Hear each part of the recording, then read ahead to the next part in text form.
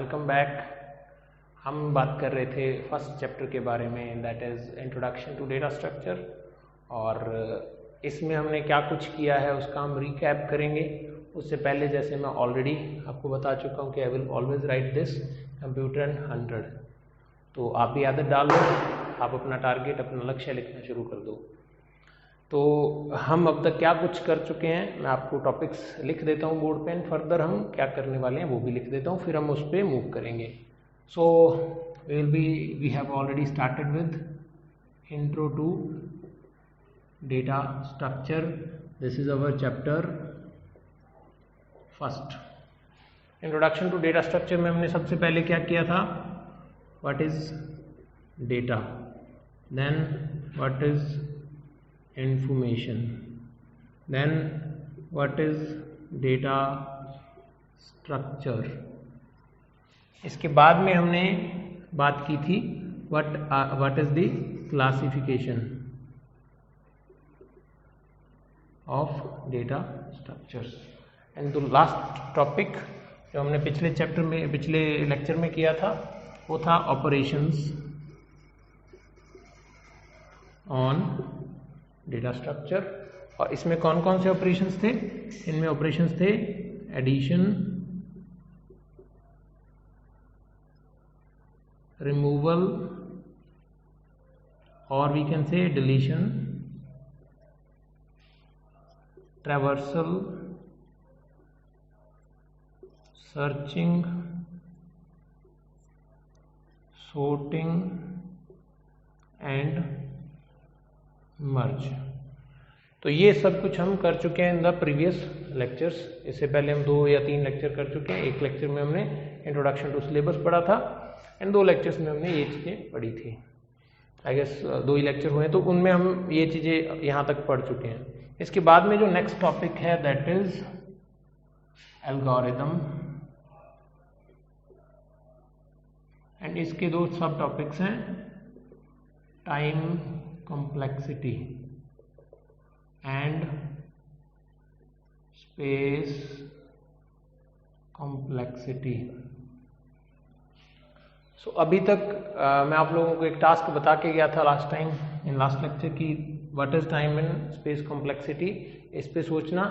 And एक और चीज़ मैंने आपको बताई थी FIFO LIFO, ये 2 प्राणी कौन है। तो ये अभी हमारा सस्पेंस ऐसे चलता रहेगा, इनको आप देखते रहो कि ये कौन है, ढूंढते रहो, और इस वीडियो के कमेंट सेक्शन में जाके आप मेरे को बताते रहना कि क्या क्या आप इस पे अभी तक पता कर पाए हो कि ये 2 भाई कौन है और इनका क्या काम है, किस चैप्टर से रिलेटेड हैं, कौन से चैप्टर में ये नाम आने वाले हैं। वैसे तो मैं आपको रेलेवेंस कुछ ना कुछ बता चुका हूँ, लेकिन still you should know LIFO and FIFO, इन दोनों का रेलेवेंस किस चैप्टर से बनता है। तो अभी अपने मूव करते हैं with our current topic algorithm. So let me rub this and you have to think about LIFO, FIFO and the recap of our first chapter. I will be starting with algorithm. Algorithm होती क्या है उस पर बात करते हैं।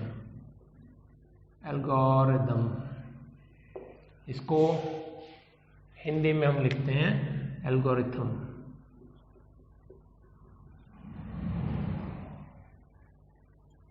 Algorithm या algorithm होता क्या है। एल्गोरिदम क्या होता है, बेसिकली किसी भी प्रॉब्लम को सॉल्व करने के लिए लिखे गए steps, the steps to solve a specific problem, और we can say sequential steps।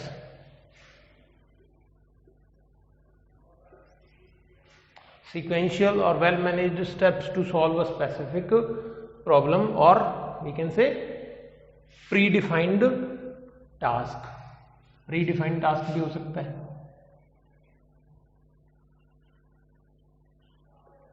तो किसी पहले से निश्चित कार्य या किसी समस्या के हल के लिए जो स्टेप्स हम लिखते हैं क्रमबद्ध तरीके से, उनको क्या बोला जाता है, एल्गोरिदम या एल्गोरिथम बोला जाता है।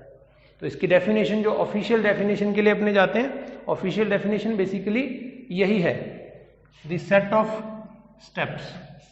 तो एक और चीज ऐड होगी, सेट।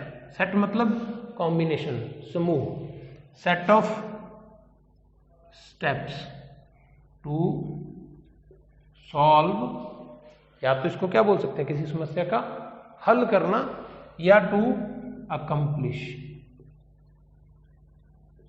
मतलब किसी काम को करना, पूर्ण करना। सॉल्व या अकम्प्लिश एनी प्रॉब्लम, या तो प्रॉब्लम या फिर प्री डिफाइंड टास्क, पूर्व निश्चित कार्य या किसी समस्या को हल करने के लिए या पूरा करने के लिए किए लिखे गए पदों का, स्टेप्स का समूह क्या कहलाता है, एल्गोरिथम या एल्गोरिथम। इसका उदाहरण क्या हो सकता है, इसका उदाहरण कुछ भी ले सकते हो आप रेलेवेंस ले सकते हो टेक्निकल वर्ड से, या रेलेवेंस ले सकते हो रियल वर्ड से। मैंने आपको कहा, मान लो आप एक विद्यालय के विद्यार्थी हो, जैसे आप सारे स्टूडेंट्स हो, तो मैं आपसे जुड़ा हुआ एक एग्जाम्पल लेता हूँ। मैंने आपको कहा कि आप अपने स्कूल की 10th क्लास के टॉपर बच्चों की इंक्रीजिंग या डिक्रीजिंग ऑर्डर में मेरे को लिस्ट बना के दो। तो उसके लिए आप क्या कर सकते हो, मैंने मान लीजिए 2 बच्चों को ये टास्क दे दिया। एक बच्चा क्या करेगा, एक बच्चा जाके सबसे कम नंबर वाले बच्चे को पहले ढूंढेगा, फिर उससे ज़्यादा नंबर वाले को, फिर उससे ज़्यादा नंबर वाले को, फिर उससे ज़्यादा नंबर वाले को ढूंढ सकता है। तो इस तरह से वो एक लिस्ट बना सकता है। दूसरा बच्चा क्या कर सकता है, वो इससे अपोजिट कर सकता है, सबसे अधिक नंबर वाला बच्चा ढूंढ सकता है, फिर उससे कम वाला, फिर उससे कम वाला, फिर उससे कम वाला। तो एक ने बढ़ते क्रम में लिस्ट बना दी, एक ने घटते क्रम में लिस्ट बना दी। इसका और भी सोल्यूशन हो सकता था कि कोई बच्चा जाके क्लास में सीधा पूछ सकता है कि कौन सा बच्चा है जिसके सबसे अधिक नंबर आए हैं, या वो कौन बच्चे हैं जिनके 90 से ज़्यादा आए हैं। फिर कोई पूछ सकता है वो कौन से बच्चे हैं जिनके 80 to 90 आए हैं, वो कौन सा बच्चा है जिसके 70 to 80% मार्क्स आए हैं। तो एक ही समस्या को हल करने के अलग अलग तरीके हो गए, एक ही समस्या को अलग अलग हल करने के अलग अलग स्टेप्स हो गए। तो ये सारी अल्टीमेटली एल्गोरिदम्स हैं। एल्गो 1 क्या है, इंक्रीजिंग ऑर्डर में। एल्गो 2 क्या है, डिक्रीजिंग ऑर्डर में। एंड एल्गो 3 क्या है, जिसमें हमने क्या किया, एक मैनुअल मेथड बना दिया, अपने हिसाब से एक मेथड बना दिया जिसमें हम एक लिस्ट बना रहे हैं बच्चों की बढ़ते से घटते क्रम में या घटते से बढ़ते क्रम में मार्क्स की। तो ये लिस्ट बनाने के लिए हमारे पास 3 तरीके हो गए। बेसिकली हमारे पास 3 एल्गोरिदम्स बन गई। अब हमने देखना है कि which algorithm is good, which one is bad. 2 चीजें हैं, एक है गुड, एक है बैड। अब हम किसी को रियल वर्ल्ड में जज कैसे करते हैं कि वो अच्छा है या बुरा है। अगर हम किसी टीचर को आप लोग जज करते हो, हालांकि टीचर को जज करना अच्छी बात नहीं है, लेकिन स्टिल किसी भी पर्सन को, किसी भी इंडिविजुअल को, किसी के टीचिंग स्टाइल को, किसी बुक को जज कैसे करते हो आप देखते हो कि अच्छी है या बुरी है, कैसे जज करते हो? किसी ना किसी एक सीक्वेंस के आधार पे, किन्हीं बिंदुओं के आधार पे आप चयन करते हो कि ये किताब, ये टीचर, ये बुक, जो भी चीज़ें ये अच्छी हैं या बुरी हैं। तो उसके लिए आप कोई एनालिसिस करते हो, कुछ देखते हो कि अगर इसमें ये गुण हैं तो ये अच्छी है, अगर इसमें ये कमियां हैं तो ये बुरी है। तो एल्गोरिदम के गुण या कमियां हम कैसे देख सकते हैं? किसी एल्गोरिदम के गुण या कमियां हमें कैसे पता चल सकते हैं? तो इसके अंदर 2 फैक्टर्स होते हैं किसी एल्गोरिदम के क्वालिटीज या उसकी डिसएडवांटेजेस, उसकी कमियां, उसकी प्रॉब्लम्स देखने के लिए। एक होता है टाइम, दूसरा होता है स्पेस। टाइम एंड स्पेस, अगर किसी एल्गोरिदम को किसी समस्या को हल करने में कम समय लग रहा है तो वो अच्छी एल्गोरिदम है। अगर कोई एल्गोरिदम किसी समस्या को हल करने में कम स्पेस ले रही है, स्पेस क्या होगा? हम डिजिटल वर्ल्ड में काम कर रहे हैं, we are working in a digital world, we are working on a computer, we are working on a digital machine. तो इसमें स्पेस क्या होगा? The memory consumed by the algorithm. उसमें स्पेस, हम कितनी मेमोरी हार्ड डिस्क में या कितनी मेमोरी रैम में उन ऑपरेशंस को करने के लिए कंज्यूम कर रहे हैं, यूज कर रहे हैं, ले रहे हैं। तो ये दो चीजें, ये दो गुण हो गए, इनके आधार पे हम चयन कर सकते हैं if the algorithm is good और बैड। इन्हीं दो चीजों को चेक करते हैं, इन्हीं के आधार पे हम एक अपना एनालिसिस बना लेते हैं कि ये एल्गोरिदम अच्छी है या बुरी है। अब मैंने आपको 3 एग्जाम्पल दिए थे। एक एग्जाम्पल था कि बच्चे, सबसे कम नंबर वाले बच्चे को पहले ढूंढेगा बच्चा, फिर दूसरे को ढूंढेगा, फिर तीसरे को ढूंढेगा, फिर चौथे को ढूंढेगा, बढ़ते क्रम में नंबर ऐड करता रहेगा। एक तरीका था जिसमें हम घटते क्रम में नंबर वाले बच्चों को ढूंढ ढूंढ के उनके नंबर लिख रहे थे। तीसरा तरीका था जिसमें हम क्लास में जाके सीधा अनाउंस कर रहे हैं किस बच्चे के मार्क्स 90 से ज़्यादा हैं, हाथ ऊपर करो, मैं उनके नाम लिख लूँगा, फिर उनको सीक्वेंस में कर लूँगा। फिर किस बच्चे के मार्क्स 80 to 90 हैं, उन्होंने हाथ ऊपर कर दिए, उनके नाम लिख लिए, उनको ऑर्डर में कर लिया। तो आप खुद जज करो, इन तीनों एल्गोरिदम्स में लगने वाला समय अलग अलग होगा। ऑब्वियस सी बात है, तीनों बच्चों को अपना अपना प्रोसेस है, अपना अपना तरीका है, तीनों को अलग अलग टाइम लगेगा, तो तीनों की टाइम कॉम्प्लेक्सिटी अलग होगी। किसी एल्गोरिदम को हल करने में, पूरी तरह से चलने में लगने वाला समय, वो होता है उसकी टाइम कॉम्प्लेक्सिटी। और कितना स्पेस लगेगा। अब मैंने लिस्ट बनानी थी, जो बच्चा बढ़ते से घटते क्रम में या घटते से बढ़ते क्रम में बना रहा है लिस्ट, वो कैसे बना रहा है। उसने एक पेज लिया, उसने पहले पहले नाम लिखे, जिसका बिल्कुल सबसे कम नंबर थे उससे बात की, उसका नाम लिख लिया, उसके मार्क्स लिख दिए। तो उसने क्या किया, वन शॉट जो लिस्ट बनाई वो फाइनल हो गई। लेकिन मैं क्या कर रहा हूँ, मैं जा रहा हूँ, या कोई तीसरा बच्चा क्या कर रहा है, वो जा रहा है क्लास में बोल रहा है कि 90 से ऊपर जिनके मार्क्स हैं वो अपने हाथ ऊपर करो, उनके नाम लिख लिए, उनकी परसेंटेज लिख ली, फिर उनको सोर्ट कर रहा है बढ़ते से घटते क्रम में। तो उसमें उसको पहले 5 नाम है तो 5 नाम को पहले उसने उल्टे क्रम में लिख दिया, उल्टे पुल्टे क्रम में, जिस भी क्रम में थे, रैंडम क्रम में, रैंडम सीक्वेंस में, देन उनको सोर्ट करके लिखा। तो 5 लाइनें ऊपर वेस्ट हो गई, 5 लाइनें दोबारा वेस्ट हो गई। फिर उसने 80 to 90 वालों के लिए सेम किया। तो जो थर्ड स्टेप है उसमें स्पेस ज़्यादा वेस्ट हो रहा है। अगर हम रेलिवेंस बिठा रहा हूँ मैं, this is not the may be the perfect example for the digital world, but मैं रेलिवेंस बिठा रहा हूँ, आपको रियल टाइम वर्ड से जोड़ के दिखा रहा हूँ।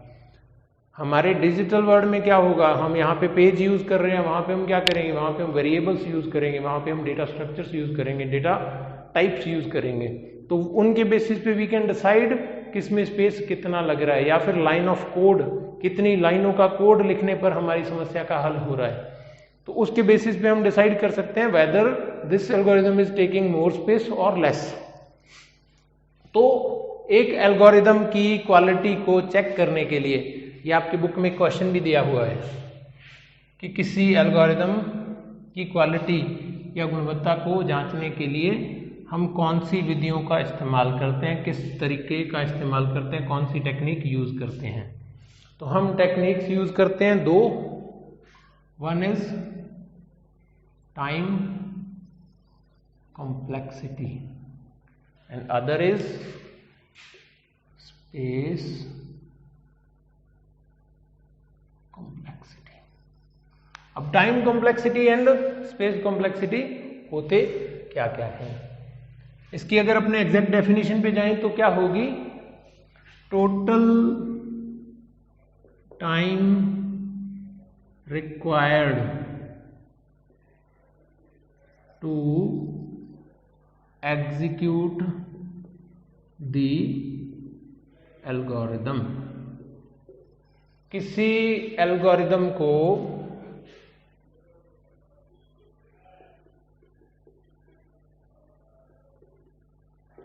पूर्ण निष्पादन में लगने वाला समय, total time required to execute the algorithm. एक एल्गोरिदम के पूर्ण निष्पादन का मतलब होता है एग्जीक्यूशन, फुल एग्जीक्यूशन, उसमें लगने वाला समय क्या कहलाता है, the time complexity of that specific algorithm. ऐसे ही स्पेस कॉम्प्लेक्सिटी की बात करते हैं।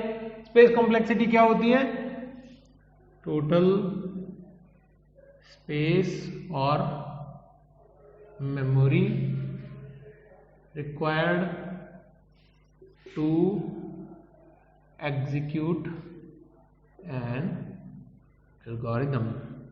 एक एल्गोरिदम के पूर्ण निष्पादन में आवश्यक मेमोरी या आवश्यक स्पेस।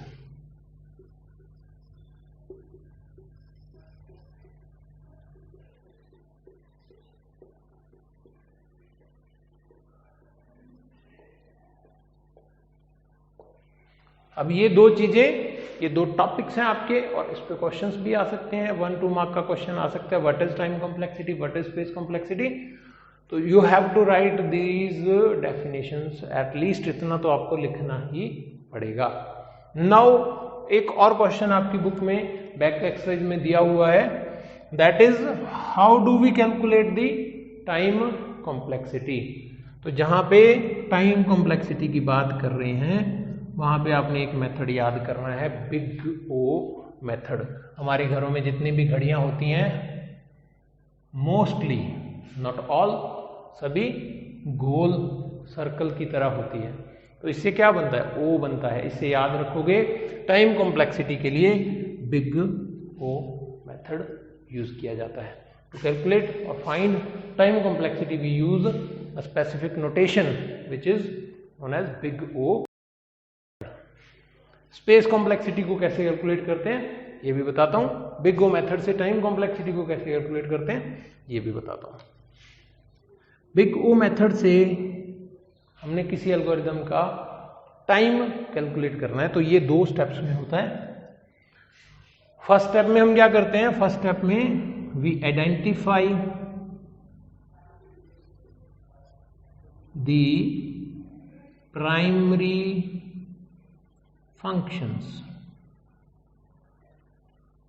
जो हमारे मुख्य फलन हैं, फंक्शंस को हिंदी में फलन बोला जाता है।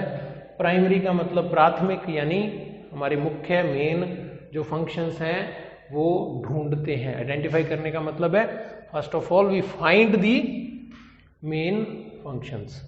सेकंड स्टेप क्या है, आइडेंटिफाई कर लिया, then we calculate the time required for each function। हर एक फंक्शन में लगने वाले समय की गणना करते हैं। पहले हम क्या करते हैं, first we will identify the primary functions, then we will calculate the time required for each primary function. Later on हम क्या करते हैं, इन सभी प्राइमरी फंक्शंस में लगने वाले टाइम को ऐड कर देते हैं, उससे हमारे पास क्या आ जाती है, टाइम कॉम्प्लेक्सिटी आ जाती है। अब बात करते हैं how do we calculate space complexity. Space complexity को कैलकुलेट करने के लिए हम क्या करते हैं, इसके अंदर भी 2 पार्ट होते हैं। First we will check LOC। ये LOC बॉर्डर वाली नहीं है, जंग नहीं लड़नी है हमने, बॉर्डर पे जंग लड़ रहे जवानों को हमारा सलाम। लेकिन ये LOC क्या है, line of code. Line of code, line of code का मतलब क्या है, हमने कितनी लाइनों का कोड लिखा है। जो हम कोड के अंदर लाइंस लिख रहे हैं, मल्टीपल लाइंस लिख रहे हैं, उनको कहीं ना कहीं स्टोर करना पड़ेगा। सेकंड, वेरिएबल्स और कॉन्स्टेंट्स। जितने भी डेटा टाइप्स, जितने भी वेरिएबल, जितने भी कॉन्स्टेंट्स हम यूज कर रहे हैं, उन सभी को स्टोर करने के लिए कितना स्पेस रिक्वायर्ड है। इन 2 के ऑफिशियल नेम्स हैं। This space, the space required to store the lines of code is known as instruction space, and the space required to store the variables and constants of the program is known as data space। इसको याद कैसे रखना है, variable या constant क्या होते हैं, ये हमारे डाटा के प्रकार ये कह सकते हैं, इंट, फ्लोट, कैर या कांस्टेंट कुछ वैल्यूज होती है ना। तो इन चीजों को स्टोर करने के लिए डाटा ही होता है इसमें स्टोर। तो डाटा के लिए डाटा स्पेस। इंस्ट्रक्शन बेसिकली क्या बोला जाता है? इंस्ट्रक्शन होता है basically the lines of code. हमारे लाइन ऑफ कोड को क्या बोला जाता है? Instruction space. एंड हमारे वेरिएबल एंड कांस्टेंट को क्या बोला जाता है? Data space. And the sum of these two is known as the space complexity. अब इसमें कितने क्वेश्चंस हो गए हैं हमारे आज के सेशन में? कितने क्वेश्चंस हो गए हैं? What is an algorithm? Define algorithm, right the definition of algorithm, what do you mean by algorithm. ये सारे एक ही हैं। एल्गोरिथम से आप क्या समझते हैं? एल्गोरिथम को परिभाषित करिए, ये सारी चीजें है ना। उसके बाद में किसी एल्गोरिथम की गुणवत्ता की जांच कैसे की जाती है? How do we identify whether an algorithm is good और बैड। इसके लिए एक स्पेसिफिक वर्ड है बुक में आपके, वो हिंदी का वर्ड मेरे को अभी एग्जैक्टली मेरे माइंड में स्ट्राइक नहीं कर रहा है। तो इसके लिए हम दो चीजें यूज करते हैं, one is time complexity, other is space complexity. अब इसके बाद में क्वेश्चन क्या आ सकता है? What is time complexity and what is space complexity. तो टाइम कॉम्प्लेक्सिटी क्या होती है? Total time required to execute an algorithm, एक एल्गोरिथम के पूर्ण निष्पादन में लगने वाला समय। स्पेस कॉम्प्लेक्सिटी क्या होती है? टोटल स्पेस और memory required to execute an algorithm, और एक किसी एल्गोरिथम के संपूर्ण निष्पादन के लिए जितना आवश्यक जगह होती है, मेमोरी होती है। उसके बाद में इसकी गणना कैसे करते हैं? Next question, how do we calculate, how do we calculate time complexity, how do we calculate space complexity. तो इसके लिए हम first we will identify the primary function, then we calculate the time required for each primary function, then we add those two values. ऐसे ही how do we calculate space complexity? First we will find out how many lines of code are required or instruction space, then we will find out what is the data space or variables and constants and the space required for these, and इसका total that will be our space complexity। इसमें एक नाम आया है big O method. इसको याद करने के लिए मैंने आपको बोल दिया कि आपकी वॉल क्लॉक को याद रख लो। वॉल क्लॉक आपकी बिग ओ ही होता है। ये रेलेवेंस टाइम के साथ है तो आपको याद रह जाएगा। तो this is all the topics of first chapter, data structure, introduction to data structure. तो इसमें इतने ही टॉपिक्स हैं मेरे ख्याल से, इसके अलावा कुछ और बचा नहीं है। हमने सारी चीज़ें इसमें कर दी हैं, मेन मुख्य बिंदु हमने सारे डिस्कस कर दिए हैं। इसके अलावा आपकी बुक के अंदर जो भी क्वेश्चंस दिए हुए हैं उनको आप देखो। अगर इनकेस आपको कोई क्वेश्चन समझ नहीं आता है, you can ask me right away. Let me go for the questions as well. मैं उन पे एक नज़र डाल लेता हूँ। अगर मेरे को लगता है कुछ और क्वेश्चन ऐसा होगा जो आपके काम का है तो वो आपको मैं अभी शेयर कर देता हूँ, आपके साथ डिस्कस कर देता हूँ। उतने टाइम में आप इसका एक अच्छा सा स्क्रीनशॉट छाप लो।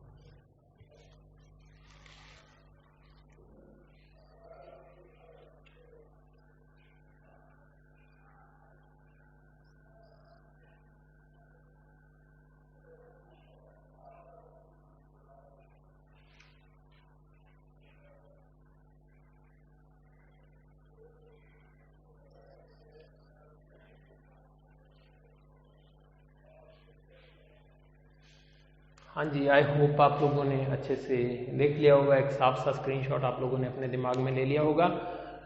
तो अब बात करते हैं, एक क्वेश्चन आपकी बुक में दिया हुआ है, that is what is the use of data structure. Data structure का उपयोग क्या है, कहाँ काम में ली जाती है, क्यों काम में ली जाती है।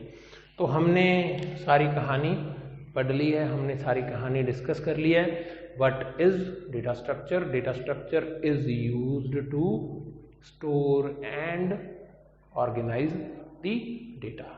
तो इसी में इसका आंसर आ जाता है, what is the use of data structure? Data structure is used to store and organize the data. Data structure का उपयोग क्या है, कार्य क्या है?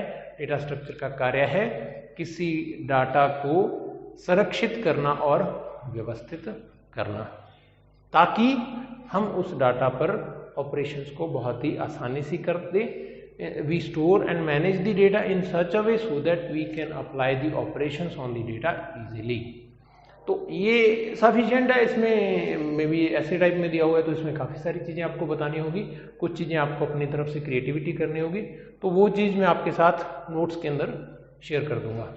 अगर कोई बच्चा इसमें क्रिएटिविटी दिखाना चाहता है तो he can do it by himself, like वो अपनी वर्डिंग यूज़ कर सकता है कि डेटा स्ट्रक्चर क्यों ज़रूरी है, why do we use data structure. इसमें हम क्लासिफिकेशन ऑफ डेटा स्ट्रक्चर को भी कहीं ना कहीं यूज़ कर सकते हैं, बट नॉट डायरेक्टली, हम इसको स्मार्टली यूज़ कर सकते हैं।